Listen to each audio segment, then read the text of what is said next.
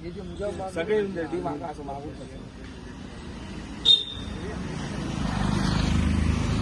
आम्ही तिथं उपोषणाला बसवलं, एक दिवस राजकीय उपोषण केलं होतं.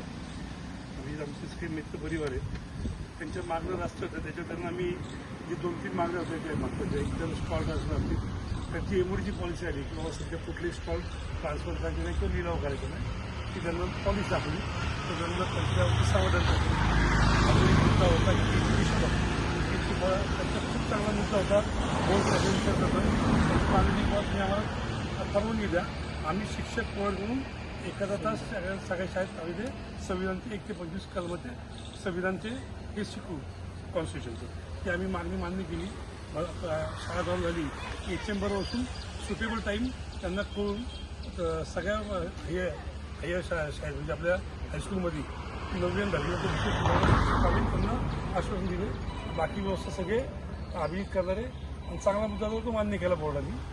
आणि अजून दुसऱ्या 2-3 काही मागण्या होत्या चर्चा आम्ही पुढे येऊन सकारात्मक निर्णय घेऊ नंतर.